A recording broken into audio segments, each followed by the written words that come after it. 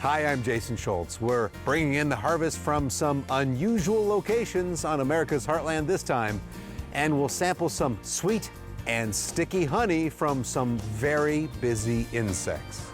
Do you get better vegetables when you're closer to the sun?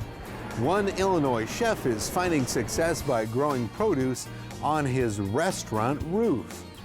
Folks in California and the Carolinas step up efforts to help protect the habitat of bees. Speaking of which, our Sharon Profis is in the kitchen with a farm-to-fork recipe that's all about honey.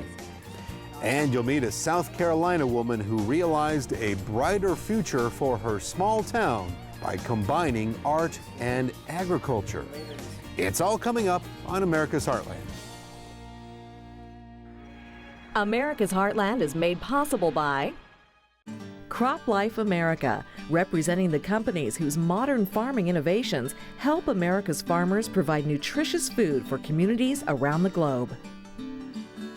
The Fund for Agriculture Education, a fund created by KVIE to support America's Heartland programming. Contributors include the following. You can see it in the eyes of every woman and man in America's Heartland, living close to the land. There's a love for the country and a pride in the brand. In America's Heartland, living close to the land.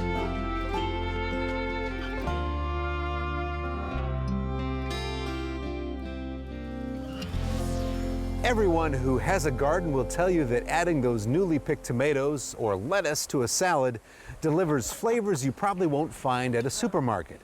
What if you want to grow fresh produce and your home or business is located in a high-rise building? Well, we found a hotel restaurant in Chicago where one chef found a solution up on the roof.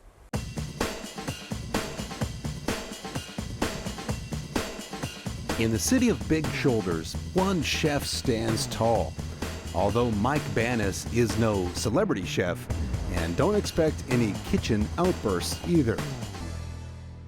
Mike's the executive chef at Chicago's downtown Marriott, overseeing all the food served at this massive hotel. It's a title that doesn't attract the attention of Windy City foodies more interested in small scale, but it's their loss. Our philosophy is really just very simple. It's about cooking simple, fresh, chef-crafted food. All of that might not seem possible at a hotel that serves upwards of 1 million meals a year. From butter to broth, acquiring ingredients for a massive hotel chain is actually easy. Place an order and not long after, the ingredients arrive in bulk. Chef Banis is trying a different approach. Just outside of Chicago's city limits is Heritage Prairie Farm. Hey, Mike. What's up, bro? How you doing? Good, how are you, man? Heritage Prairie is one of several farms in the Midwest that provide the hotel with fresh ingredients. He came up to us and heard about us from another vendor. Everybody wants to use local product. Everybody thinks it is one of the fastest growing food trends in the country right now. You have to be flexible enough to use product when you have it. You know, last week I had a glut of cucumbers, so I called Mike and he took it, and he's going to find a way to use them. The skeptic is going to see this and say, wait a minute, there's no way he can source that much locally. It must be like 2% tops. I tell people a lot that actually, because of our volume and because of our size, it actually helps us. The farm that grows potatoes for me locally only ships 2,500 pounds at a time. Now, if you're a small restaurant, what are you going to do with 2,500 pounds of potatoes? I mean, that could be 6, 8, 10 weeks worth of production for you. For me, that's 10 days worth of potatoes. Besides sourcing locally, he prides himself on making things on site, curing their own Canadian bacon, hand-rolling the pastries, even growing herbs on the rooftop of the hotel. We grow a bunch of different vegetables up here, and the main thing we grow is a lot of different herbs. And in the summertime, like right now, we don't buy a lot of herbs here. We actually are able to grow quite a bit of what we need to operate our banquet department, our restaurants, and room service, all our kitchens. We've got Camille here. Hi, Camille. Hi. What do you got? What do you have going on? Right now, I'm just picking some oregano, super fragrant. This will be used in the banquet kitchen, some chicken or something like that. Let's do this. But to prove this isn't just a marketing ploy, we end up 9 stories above the city streets, suited up to see what he's most proud of. I've got about 500,000 honeybees up here making honey for us. 500,000 honeybees. That's insane. You know what's surprising is that the bees do exceptionally well here. We find that compared to beehives that are in more rural settings, we actually yield a greater amount of honey here. How much honey are you going to get out of these?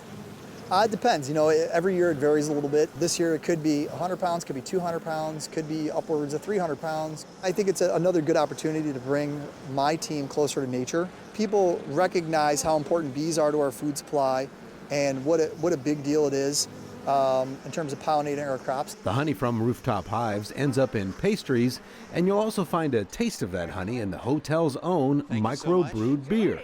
Where else in Chicago are you going to get Rooftop honey wheat beer? There's only one block in the entire world that sells it, and they happen to have put our Marriott hotel on that block. You know, we started out making a handful of kegs here and there, and now we make over 125 kegs a year of this beer. Chef Banas says while food sourcing may not be the first thing on the minds of hotel guests when they arrive at the Marriott, he gets positive feedback once they discover it's a priority here. It's a little bit of extra work, but it's not a ton of extra work, and certainly the little bit of extra work that it is definitely well worth it in terms of the quality and the flavor of the products that we get and we're able to serve to our guests, and frankly I think our guests are worth that little bit of extra effort. Planting specialized crops at higher elevations is the norm in some locations. Wine growers in the northwest corner of Italy plant particular types of grapes at 4,300 feet above sea level. You'll also find wine grapes growing at more than 5,000 feet in the Canary Islands. But head up the Andes Mountains of Argentina, and you'll find winemakers bringing in the harvest above 8,000 feet. We talked earlier about efforts to encourage agriculture, whether it be with small-scale gardens, community plantings, or urban farming programs. There is one woman down south who's taken another approach. Darla Moore wanted her family's land and her hometown to touch on both the past and future of South Carolina's agricultural heritage. Our Rob Stewart says she established a very unique botanical garden that celebrates the agriculture and horticulture of the Palmetto State. It might look like many small towns in America. Lake City, South Carolina, home to some 10,000 people in the rural PD region. But this small town is planting seeds of change while connecting to its agricultural roots. A lot of really interesting plants in here. This is what we call a bog garden. This is Moore Farm's Botanical Garden, a nonprofit, state-of-the-art public plant collection, blanketing 50 of the 500 acres of this Southern family farm. It's a horticultural dream come true, promoting research and education while bringing the people of this area closer to the land. I was just blown away in this small town to see the botanical gardens. I think the part my son enjoyed the most is when we went into the area where there was the gardening area, where there were tomatoes, fresh tomatoes and peppers, and he actually had an opportunity to taste them. An opportunity for the people of Lake City, thanks to this woman, Darla Moore, a billionaire financier and philanthropist. She was dubbed the toughest babe in business by Fortune magazine. After wowing Wall Street, something special to put back in there. Darla is putting something special back in her hometown of Lake City. It doesn't look like any town in America. The Moore family farm grew row crops when cotton and tobacco were Southern staples. But as farming changed, so did the economy, and small Southern towns began to struggle. In my career, I've spent a lot of time working with bruised and broken companies, financially distressed companies. There are enough assets here that if properly targeted, supported, You could probably reinvent an economy in an area like this. Darla has invested millions of her own money to create an agricultural draw here. The gardens are unlike any other in the South, with rare collections of regional native plants. It is a botanical wonderland. I tell people that it's a gardener's garden. It's the kind of place where you go and you find all kinds of interesting combinations of plants, interesting textures, colors. It's a very inspiring garden. The gardens are experiential. Visitors flock to see how plants grow and thrive, something Darla wants to see happen to her hometown. And we're here in the middle of pretty much nowhere. And we have become a destination for people who are horticulturalists, botanists, master gardeners, people that are interested in plants and gardening. We are a destination now. And instead of growing row crops, which is what we've always done here, or historically done, we're growing specimen plants and interesting plants. So we're still using the land for a very creative but economically viable purpose. Take a short drive and you can see what is happening downtown. Darla has helped build a boutique and bustling farmers market across from a new amphitheater and town green. There's now a world-class art gallery and a new popular local event, Art Fields, bringing tourists to town. There is a buzz and an optimism in the community that is amazing, and I think that gives all of us here great satisfaction. The mission is to help improve the lives of the people in the community. Improve in whatever they want to improve. If I can help lay the base or the path for the improvement of others' lives, because my life was improved by having come from here. But Darla isn't done. She has big dreams for her hometown and her home state. She says she won't stop until this botanical garden is the best in the country. She says that's what the people of South Carolina deserve. The people inspired me down this path more than I inspired them, which is interesting. But you realize that none of them could do this without you. And nor me without them. They sponsored the vision, and I embraced it.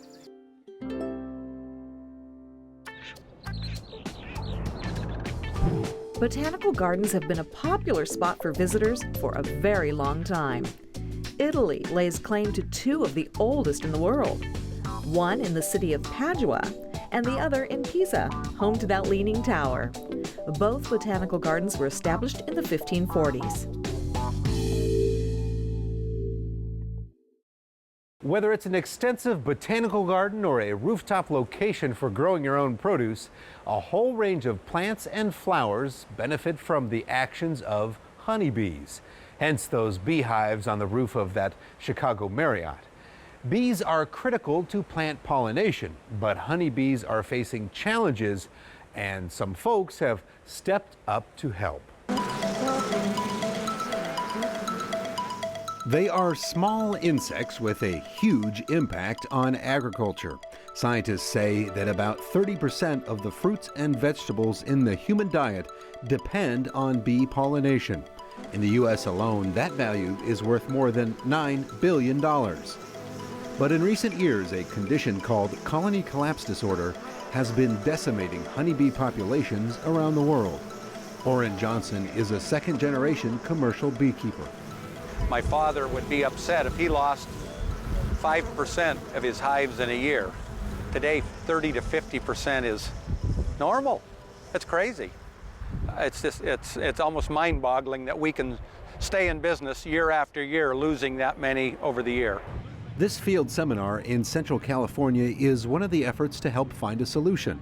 Scientists and beekeepers here examine best practices to address everything from pests to pesticides in a region that depends on bees pollinating almond trees. We have a $3.7 billion economy here in Stanislaus County, and upwards of probably $1.5 billion of that is pollinated by bees. And so it's very important that these bees remain healthy. Honeybee pollination is critical for dozens of crops in many parts of the country. Some initial research on colony collapse focused on the varroa mite, a parasite that literally sucks the life out of individual bees. Some efforts have been successful in controlling mite infestations, but scientists say other factors are also a reality. Nutrition, genetics, pests, parasites, disease, accessibility to water, all of those now are starting to play a part in the thinking that these are contributors to the decline in bee populations, as well as pesticides. Part of the fight to improve conditions involves programs that encourage the growth of wildflowers and other plant species that attract and support native pollinators, including honeybees. In North Carolina, one agriculture research and development company has opened its own Bee Care Center to examine bee health and encourage more discussion and study about steps by the industry and the public. We're working with nonprofit organizations like Project APASIM and planting pollinator gardens across North America. For our research, we're looking into things like the nutrition and habitat in addition to exotic pests that can affect the bees. It's 1,000 paper cuts the bee industry, the bees face. The mites, pesticides, herbicides, fungicides, lack of forage, drought. It just goes on and on and on. And it puts so much stress on your hives. Researchers say they are hopeful that multiple approaches will pay off in finding a solution to colony collapse disorder. In the meantime, raising public awareness about native pollinators can deliver long-term benefits to our environment and the bees.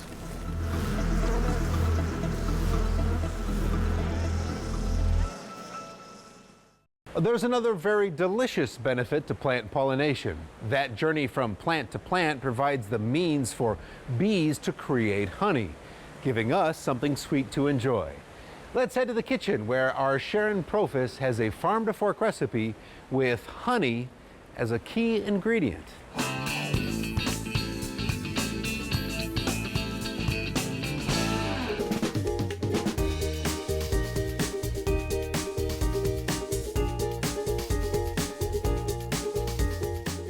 Honey is a great way to add sweetness to any dish or drink, but it doesn't often take center stage. Let's change that. Today we're making a crispy honey mustard chicken plus honey nut brittle. For our chicken dish, the first thing we want to do is make the marinade, so you'll need some honey. In this case, I have wild sage honey. We'll add half a cup of honey, then a few tablespoons of mustard. You can use Dijon or brown mustard. The spiciness of the mustard plays really nicely with the sweetness of the honey. For an extra kick, I'll add a little bit of cayenne pepper. Then, because I can't have chicken without garlic, 2 cloves of crushed garlic. Because honey has a floral flavor, it pairs really well with fruit. We'll add the juice of half an orange. Finally, a few tablespoons of good olive oil.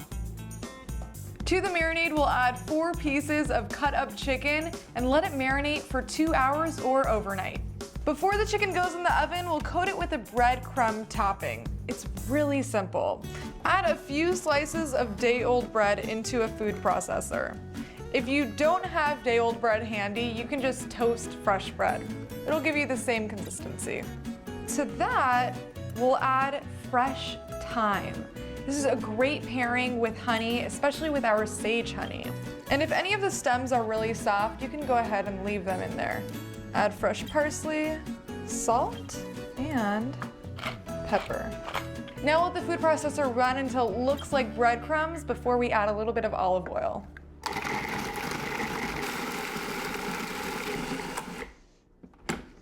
Perfect. This is beautiful and ready to go on our chicken. Because we added a little bit of olive oil, this will get a nice golden brown. The topping is set, so now we'll put this in an oven at 420 degrees for about 40 minutes or until the topping is golden brown and the chicken is perfectly cooked through.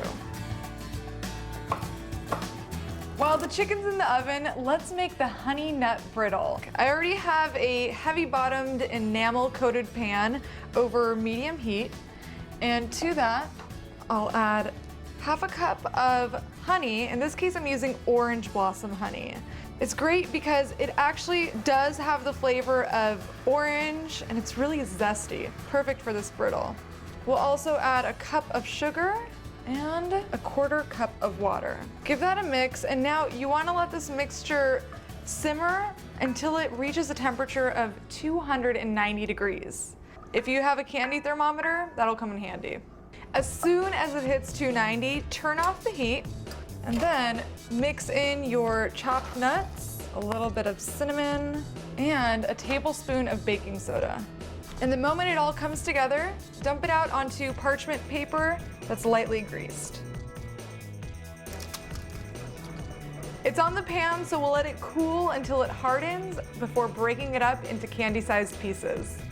Our chicken is out of the oven and it's gorgeous. And now it's time to finish up our brittle. So just have at it. Break off pieces of the brittle to the size that you want. The texture of this brittle is light and airy because we added that baking soda. Plus, you'll see little golden brown pockets of honey in there too. With our honey mustard chicken and our honey nut brittle, honey takes center stage in these two beautiful dishes. Now all that's left to do is eat.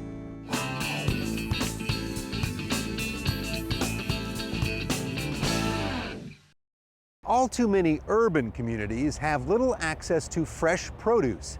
Certainly fruits, vegetables, and even flowers benefit honeybees and other pollinators. But in addition, community gardens can make a real difference in nutrition programs for those urban neighborhoods. Our Sarah Gardner says the hands-on work can also inspire and empower those who live there. I call this the jewel of South Oak Park. Kenoke Yisrael may live in the middle of a city, but he sees himself as a pioneer, and he wants others to join him in transforming their neighborhoods into urban farm communities. We're located on a half an acre, and we have about 1,200 square feet of production vegetable space that we're growing in, and we have about 40 fruit trees on the property, along with chickens, bees. Kenoke's move to farming followed a career as a systems engineer. And what started out as a backyard garden in Sacramento, California, providing healthier food for his family, has blossomed into a farm, symbolizing a much larger vision. I realized that although I'm benefiting my family, I think that what we can do is we can start to inspire people and get people connected back to nature. And so that's when I decided I'm going to take this out from my backyard into the community. Kenoke began working with city officials to change ordinances to encourage urban farms. Inner city neighborhoods are often food deserts, with little or no access to fresh fruits and vegetables. That plays a role in the challenges these neighborhoods face.